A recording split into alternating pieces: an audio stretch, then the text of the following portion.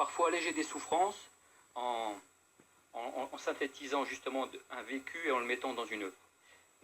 Vous parlez d'atténuer des souffrances. D'ailleurs, vous faites travailler des gens qui sont en souffrance. Je travaille pour l'ADAPI. D'ailleurs, ça fait partie d'un équilibre dans ma vie, la sculpture, le cinéma, mais aussi m'occuper de personnes déficientes mentales. Et je vous assure qu'elles nous rendent beaucoup au centuple tout ce qu'on leur apporte. Alors voilà, manifestement, à l'ADAPI, on n'a pas aimé voir ma gueule à la télé.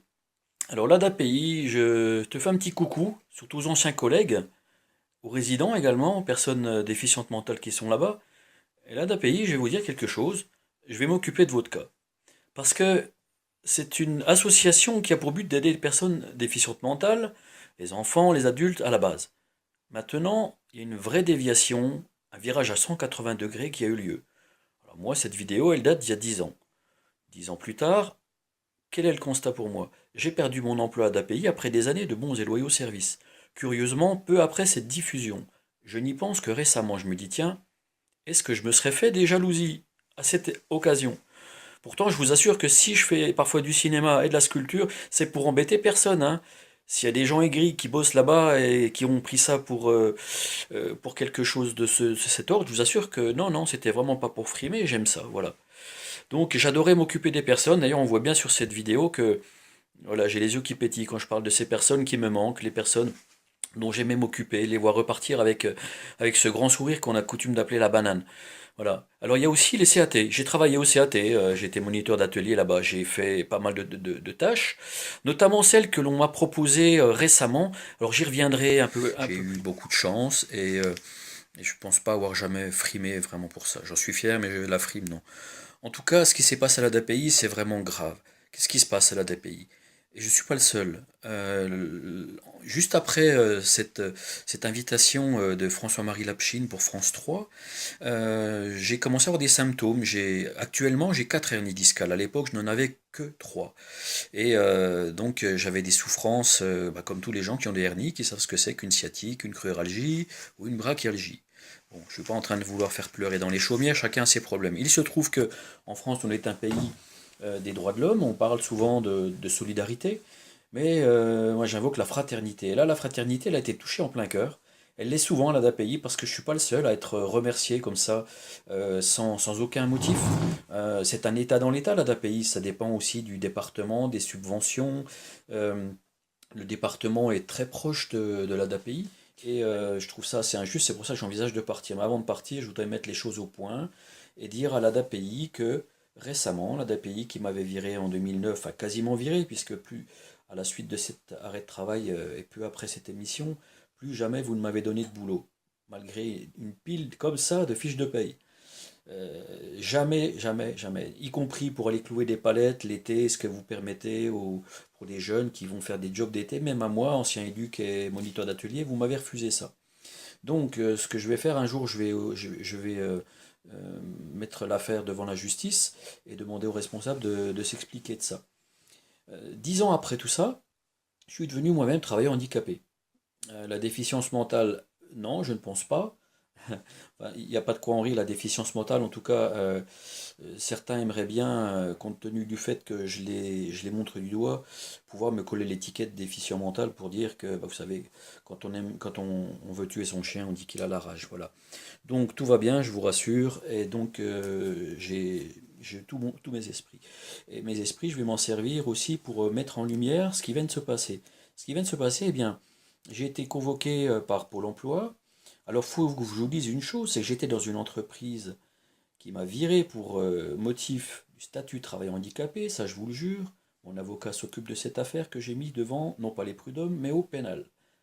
Manifestement, vous comprenez que... Alors donc, suite à ça, l'ADAPI proposait à Pôle emploi et à Cap emploi de permettre à des personnes qui ont le statut de travailleur handicapé de travailler chez eux. Seulement, ce travail se nomme immersion. Les immersions les textes prévoient que les immersions permettent aux employeurs de prendre des gens en formation et en aucun cas en situation de production. Donc, et j'en profite pour dire aussi à ces gens que j'ai regardé la loi qui régit cette immersion. L'immersion, moi j'ai envie de parler plutôt d'une noyade, hein, parce que on est quand même pas loin des gens qui, enfin, ces gens qui travaillent sans être payés, moi ça me rappelle un mauvais souvenir, très très ancien, chez eux, parce que effectivement, euh, étant donné que je ne me pliais pas de bonne grâce à un travail non rémunéré, on n'aime pas trop les gens qui s'expriment, quoi. Voilà. Donc j'ai revu un collègue qui lui est parti dans un atelier et il m'a expliqué ceci. Il m'a dit voilà. Il m'a dit d'une part, on travaille à côté d'intérimaires qui eux sont payés tout de suite, qui font la même production que nous. Bah, les intérimaires ont la chance d'être valides, hein, tant mieux pour eux. Et voyez-vous, les intérimaires arrivent en situation d'apprenant également, ceux qui ne connaissent pas ils ont bien aussi un début, sauf que eux, leurs débuts sont rémunérés, et la personne qui est handicapée, elle n'est pas rémunérée.